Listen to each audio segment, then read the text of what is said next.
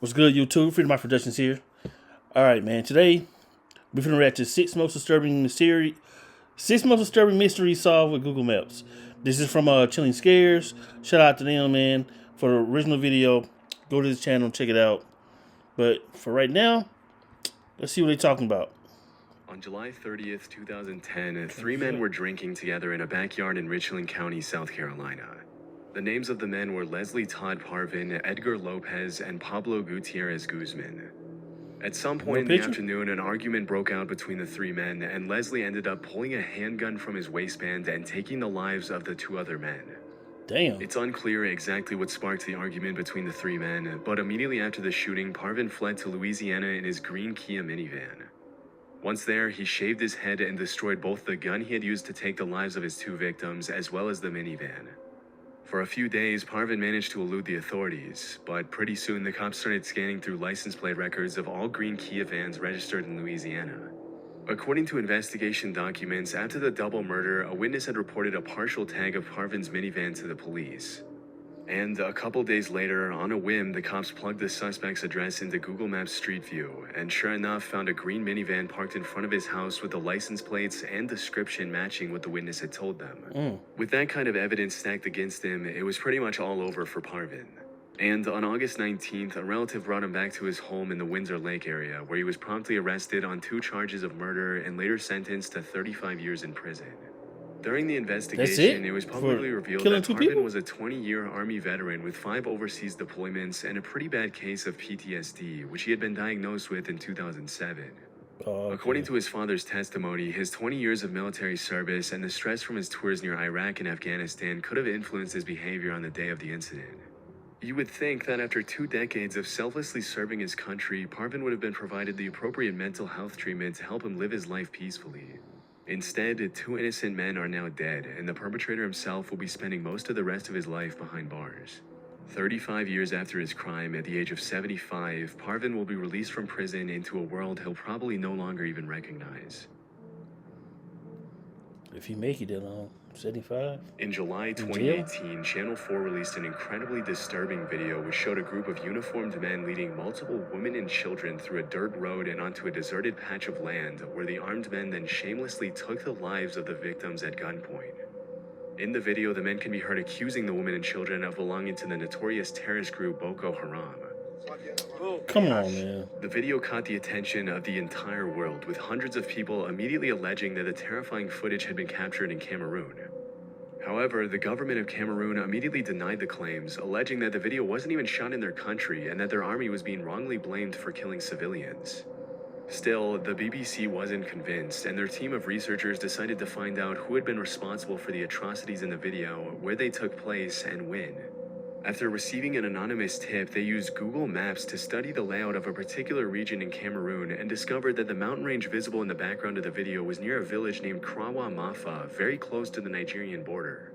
By analyzing several years of Google satellite imagery of the region, the researchers from the BBC were able to determine that the incident had taken place at some point between March 20th and April 5th, 2015. Upon further investigation, it was revealed that the Cameroonian government hadn't been honest when they denied the claims. For example, the government had claimed that the Cameroonian army didn't use weapons like the ones shown in the video, but the BBC's analysis revealed that the guns were Serbian-made Zastava M21s, which are in fact used in the Cameroonian army. On top of this, several other details that the government had claimed were inaccurate turned out to be a perfect match, including the armed men's uniforms. A month after the Cameroonian government's initial denial of the claims, they then updated their statement to clarify that 7 members of the army were now under investigation. And when the BBC shared their full report with the Cameroonian government, the country's Minister of Communication was reported saying 7 soldiers were arrested, disarmed. They are under investigation right now. How do you think people would find out? You're wearing a uniform. 7 of them are in prison. Like, people recognize their uniforms, statement, right? The Cameroonian government released the names of the 7 detainees, and the BBC confirmed that some of them were the same people who were seen in the video executing the innocent women and children. How many people did they kill? 4 of the soldiers in the video received 10-year prison sentences for the murders, while a 5th soldier was sentenced to 2 years for filming and sharing the footage. The other 2 soldiers were acquitted. It's crazy to think that you can get away with such an atrocious crime and only face 10 years in prison. but at least they're being held accountable for what they did, all thanks to a very detailed examination of the video's 10 years, content some got against Google's 2. satellite imagery. But the cameraman got 2? Between 2010 and That's sad, 2011, though. 11 bodies That's were sad. found near Gilgo Beach on the south shore of Long Island between Nassau and Suffolk counties. Most of the bodies belonged to female escorts whose lives have been taken as early as 1993. But it wasn't until 2023 that they finally managed to arrest Rex Heuermann, a 60-year-old architect and father of Look at this 2, and connect him scumbag. to the crimes through DNA evidence, cell phone records, Dude and the looked links like a between the serial Chevy killer. Avalanche and the crimes. After his arrest, Rex was charged with the deaths of 4 women. And later, he was charged with the deaths of 2 other women after DNA evidence linked him to the damn. crimes. Disturbingly, the cops found that the suspect had used several burner phones to conduct thousands of searches related to the things he later Peter ended up Griffith, doing to his man. victims. And to seal Heuermann's fate, they also found a huge Word document on his hard drive in his basement, in which Rex had planned out the murders of his victims in very explicit detail. Shockingly, the document Bags, included tape. checklists that outlined the steps he needed to complete before, during, and after his killings. Wipes. Based on court evidence, Heuermann started committing these crimes as early as 1993, and if found guilty, he'll be facing multiple consecutive life Thought he was sentences in Dexter or prison. something? What the hell? As of 2024, the case is still ongoing, but during the investigation, some more disturbing details have surfaced. In 2023, some online users discovered a Google Street View image of Heuermann talking to an unidentified woman near his office on East 36th Street more than a year before his arrest. Now, we have no idea who this woman is, and it's very possible that she was a potential victim, but we also can't say that for sure. Chillingly, in the image, Rex also appears to be wearing the same shirt that he wore for a YouTube interview earlier in 2022, where he spoke about his role as an architect at his firm on Fifth Avenue. His defense lawyer, Wow, Michael that's Brown, crazy. told the New Peter York Griffith Post outfit, that the man. cops have the wrong man. Dude looked like a serial killer, man. In September 2008, a 14-year-old Dutch boy was riding his bike in the town of Groningen, about 110 miles northeast of Amsterdam, when suddenly 2 young men walked behind him, dragged him off his bike, and robbed him of €165 and his phone. Damn. For several months, the cops failed to find the suspects, as no witnesses came forward and they only had the boy's description of the muggers to go on. In March of the following year, the victim went on his computer and started surfing Google Maps Street View, looking at the location where he had been mugged around 6 months earlier. To his surprise, the Street View car had captured the 2 men walking up behind him in the moments before the crime. As is usually the case with these images, the faces of the 2 muggers and the victim were blurred, but the boy immediately called the cops and informed them of the new development in the case. With the Street View pictures in hand, the authorities asked Google to hand over the unblurred version of the images to help identify the suspects.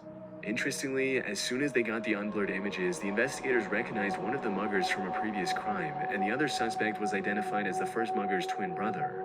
After confirming their identity, I'm the about Dutch to say, look police were alike. able to track down and arrest the twins, but I wasn't able to find official confirmation that they were charged and sentenced. It's unclear if the boy ever got his phone and money back. Probably not. But it don't matter, man. At least you got him. 30-year-old Kim Wall was an award-winning Swedish journalist who traveled all over the world to cover stories on social justice.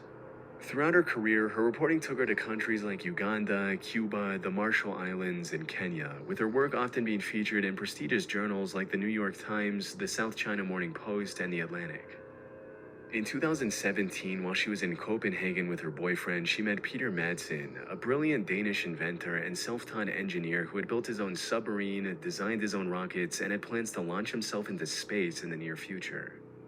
On August 10th of that year, Peter Madsen took Kim Wall on a trip off the Copenhagen coast in his homemade submarine, the NC-3 Nautilus, for a brief interview. Homemade Sadly, submarine? after that trip, Kim Wall was never seen again. When she didn't come back later that day, her partner reported her missing and an official investigation was officially launched. Just a few days later, on the 21st of August, a passing cyclist found parts of her body washed up on the beach close to where she had gone missing. Oh, damn. And about a month and a half later, the rest of her body was found in multiple different weighted down bags by police divers. Oh, damn. During the investigation, Madsen was brought in for questioning, but he denied having anything to do with the state of her body. He instead claimed that Kim Wall had died after being accidentally hit on the head by the hatch of the submarine. Strangely, he later ended up changing his account of the events and claimed that Wall had died after inhaling toxic fumes. Although no trace of toxic fumes was found in her system, the authorities did find 15 stab wounds on Kim's body. After being held oh. in police custody for a while, Madsen eventually confessed that he had murdered Wall and then thrown her separate body parts Why into the though? Baltic Sea. In April 2018, Peter Madsen was convicted on 3 separate charges and was sentenced to life in prison, where he's been spending his days for the past 6 years. In 2021, Madsen ended up receiving an additional 21 months in prison for staging a bomb threat in an extremely elaborate escape attempt. Fortunately, he was recaptured soon after and was brought back to his I hope cell. this not their prison rooms. They're like a hotel. One of the things that's interesting about this case is that Peter Madsen had been captured by the Google Maps Street View camera climbing into his submarine. Chillingly, when he confessed to the murder, he mentioned that his intention was never to take Kim Wall's life, but rather to sink the Nautilus forever, even if it meant that both he and the innocent journalist would die inside. Why to this though? day, it's still unclear how exactly he took Kim's life. But thankfully, Madsen Well, will be stabbing spending her. the rest of his life behind bars. He has with 15 stab possibility wounds. of ever He stabbed coming her to back to death. society again. But why? What's the point of killing her though? Like just to do it for no reason? Porto Rotondo is a district in Sardinia known for its imposing mansions, sandy beaches, and elegant shops and God restaurants. dang, people just be doing In shit. 2002, an Italian businessman sold his villa in Porto Rotondo for 280,000 euros. Due to the comparatively low value of the transaction, the sale immediately raised a red flag for the authorities, and the finance police in Italy ended up using Google Earth as part of their investigation into the property. One important detail about the villa in question is that it allegedly had a swimming pool with a very particular shape, which the cops used to guide their search for the villa using satellite imagery. As soon as they found the property, they confirmed that they had a major case of tax evasion on their hands, as the actual value of the villa should have been much, much higher, considering that the value of all the properties nearby was in the high 7 figures. Yeah, With enough evidence 280,000? from Google's satellite imagery to confirm that the unidentified businessman had indeed committed tax fraud, the finance police then checked the suspect's bank accounts and discovered 7 million euros in unreported deposits spanning several years. This was a case that I just couldn't find a lot of information on, as the original article in Italian had very few details, and it wasn't even officially confirmed what the legal consequences were for the businessman. Still, it's probably safe to assume that his assets were seized. Yeah. And due to the crazy amount of unreported cash, 200,000 it's for likely that he house? spent Come on, at man. least a few years in jail. All right. That was 6 most disturbing mysteries solved by Google Maps. Hey man, technology is getting better and better, man, and eventually, man, it's gonna be damn near impossible for you to commit these crimes, man, without someone seeing it.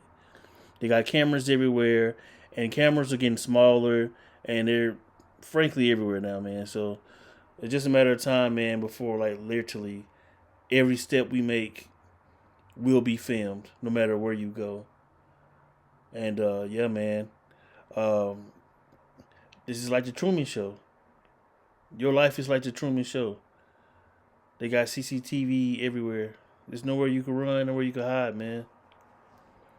But a lot of these killings is just kind of weird. They just kill people to kill people. I know people do it all the time, serial killers type stuff. But man, that's just crazy to me, man. But dang, man, yeah, man, lock these people up, man. Get them up out of here, man. Get them off the streets, man. And man, I feel bad for all the victims, man. But with that being said, man, comment down below, man. Let me know what you think about this video, man. Subscribe to the channel, Freedom Out Productions, man. Sub up the videos, man. Sub them up. And thumbs up the videos. But yeah, man. With that being said, man, thank you guys for watching. Until next time, like always. Peace.